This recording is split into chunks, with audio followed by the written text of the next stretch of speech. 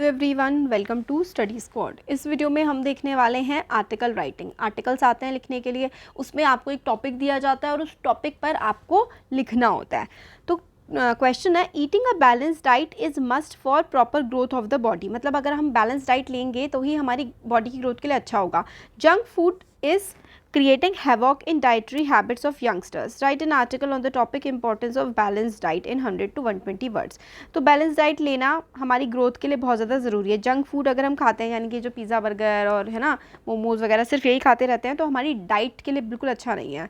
तो हमें एक आर्टिकल लिखना है इंपॉर्टेंस ऑफ बैलेंस डाइट 100 से 120 वर्ड में। सबसे पहले तो क्या आता है, हेडिंग आता है। तो इंपॉर्टेंस ऑफ बैलेंस डाइट यही है ना, ये आपने हेडिंग डाल दिया। फिर उसके बाद आर्टिकल के नीचे आता है कि किसने लिखा है, तो बाय सुनीता, आप अपना नाम लिख सकते हैं। फिर अब आर्टिकल स्टार्ट हो जाता है। Attractive food is not necessarily healthy. तो जो फूड अट्रैक्ट कर रहा है, सुंदर दिख रहा है या खाने में जीभ को अच्छा लग रहा है, वो ज़रूरी नहीं है कि हेल्दी भी हो। At most of local dhabas and fast joints poor unhygienic conditions prevail. तो ढाबा या फिर जो ठेले वगैरह होते हैं, वो कंडीशंस उसमें खाने वाली नहीं होती है, अनहाइजेनिक होती हैं, मक्खियाँ वगैरह भी भिनक रही होती हैं। Such fast food centers food items which are low in nutrition and rich in oil content, especially saturated fats। ये जो होते हैं ना सेंटर्स वगैरह, इसमें बहुत ज़्यादा ऑयल वगैरह होता है, ऑयल और कार्बोहाइड्रेट्स ही होते हैं। These may lead to many diseases such as obesity, high blood pressure and heart problems. इसकी वजह से हार्ट प्रॉब्लम्स हो सकती है, मोटापा बढ़ सकता है। The food items sold at fast food centres are generally prepared beforehand to provide quick service to the customer.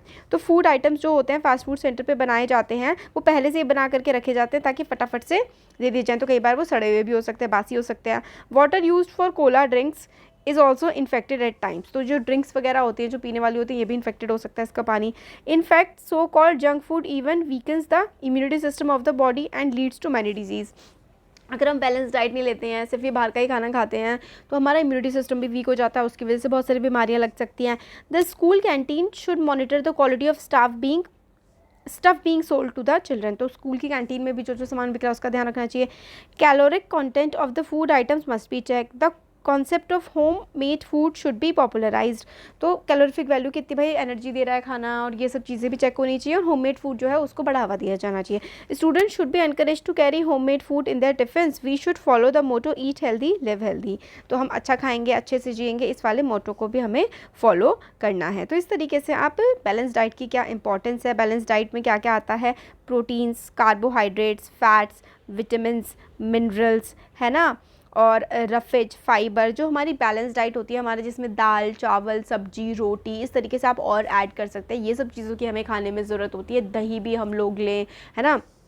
तो बैलेंस डाइट से हम लोगों की जो है इम्यूनिटी भी स्ट्रॉन्ग होती है और हमारी लाइफ हेल्दी रहती है। Thank you.